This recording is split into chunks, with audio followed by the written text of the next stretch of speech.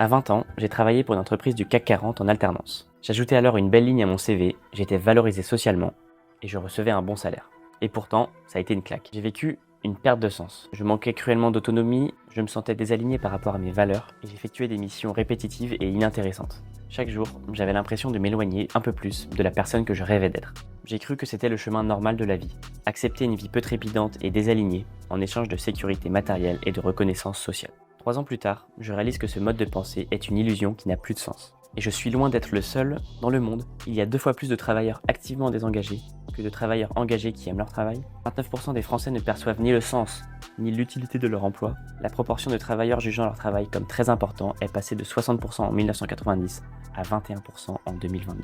Alors pourquoi le travail est-il en train de perdre de son sens? C'est ce que nous allons chercher à comprendre. Le grand désenchantement d'un modèle à bout de souffle.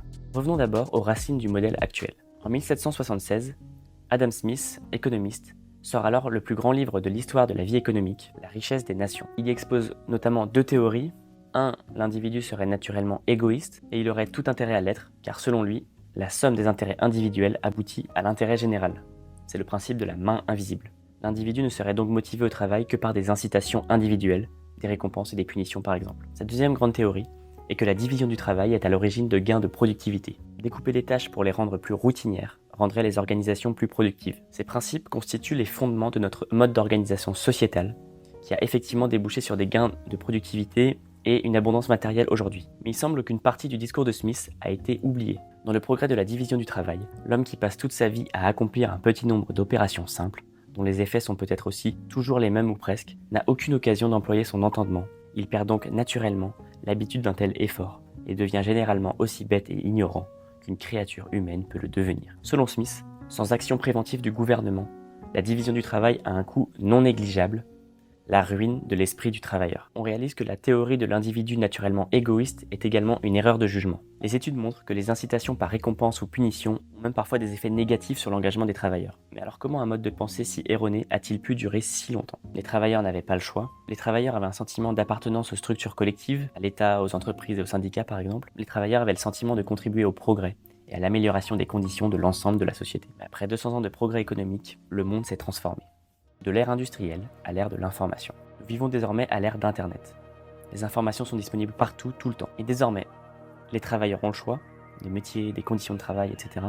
Les travailleurs ne s'identifient plus aux structures collectives, un phénomène d'individualisation. Enfin, les travailleurs ont compris que le système actuel était intenable d'un point de vue écologique et social, par exemple. Force est de constater que notre monde du travail n'a pas fait sa transition. Il est toujours hérité de la révolution industrielle et de ses grands principes, présentéisme, relations hiérarchiques, incitation individuelle, récompense, punition, etc. Le mode d'organisation actuel n'a pas été conçu pour optimiser le bien-être des individus, mais pour maximiser la croissance d'une société industrielle qui n'est plus d'actualité. Tout est encore organisé pour créer une course au toujours plus, de production, d'efficacité, de matériel, etc.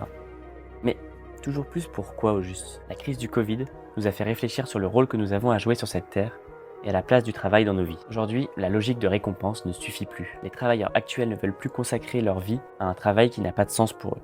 Créer du sens dans un modèle qui n'en a plus. Le sens au travail, c'est l'alignement ressenti entre ce qui se passe dans l'entreprise et ce qui est vécu par le salarié. Les facteurs de sens sont nombreux, mais on peut les décliner en 2 catégories. La finalité du travail, ce facteur est lié à l'utilité sociale et au sentiment de contribuer à quelque chose de plus grand, et le contenu du travail. Il doit permettre un équilibre entre les missions, entre un sentiment de maîtrise, mais aussi de progrès par l'apprentissage. Les conditions de travail doivent permettre aux travailleurs d'avoir un sentiment d'autonomie, de nouer des relations et d'avoir des feedbacks constructifs. Le sens au travail est un paradoxe. Il est lié à l'accomplissement de soi, mais il dépend des autres pour être réalisé. Alors comment trouver ce qui fait sens pour nous? Bien sûr, nous pouvons pousser collectivement pour des modes d'organisation plus sains et de meilleures conditions de travail pour les individus. Mais faire évoluer les organisations est un processus complexe qui prend du temps. De plus, le sens est une notion subjective. Il y a autant de définitions du sens au travail que d'individus. Voici 5 pistes d'action pour vous aider à trouver ou créer un métier qui a du sens pour vous. 1. Définissez les facteurs de sens les plus importants pour vous. C'est l'étape indispensable pour être aligné avec son travail au quotidien. Aucun job ne remplit tous les critères, surtout en début de carrière. Vous devez donc définir quelles sont vos priorités. Le développement des compétences, les bonnes relations, la flexibilité, la mission d'organisation, etc., etc. C'est à vous de choisir. Privilégiez les organisations novatrices qui vous offrent une certaine autonomie. Donnez aux gens plus de contrôle sur ce qu'ils font et sur la manière dont ils le font augmente leur bonheur, leur engagement et leur sentiment d'accomplissement. Cole Newport. Les travailleurs qui s'épanouissent dans leur job ont des contrats incomplets. Certaines tâches et relations qu'ils entretiennent au travail ne sont pas formellement spécifiées et c'est donc à eux d'agir en conscience. Choisissez donc des organisations qui vous laissent une certaine marge de manœuvre sur les moyens que vous utilisez. 3. Concentrez-vous sur le processus plutôt que sur le résultat. Plutôt que de chercher votre mission de vie, cherchez un processus qui vous nourrit. Personnellement, c'est l'écriture qui me permet d'enrichir ma pensée, de développer mes compétences et de partager des idées qui m'inspirent au quotidien. L'acte de création est devenu une récompense en soi. Si votre objectif est d'aimer votre métier, vous devez aimer les processus qui lui sont liés. Faites le point sur vos expériences passées. Quelles sont les tâches qui vous donnent de l'énergie ou au contraire, quelles sont celles qui vous en prennent? 4. Choisissez un métier dont vous percevez l'impact. Sentir l'impact de son travail n'implique pas forcément de sauver le monde. Le simple fait de sentir que votre travail améliore la vie des autres, que ce soit des clients, des collègues, donnera du sens au travail que vous effectuerez. 5. Lancez un side project. Un side project est un projet que l'on mène en parallèle de son activité. Vous pouvez créer un podcast, une association, une newsletter, une chaîne YouTube, etc., etc. Votre side project est un prétexte pour développer des compétences, tester des activités qui vous attirent ou remplir une mission qui vous anime. Et le tout sans prendre de risques. Internet offre la possibilité de tester n'importe quel projet à moindre coût. Profitez-en.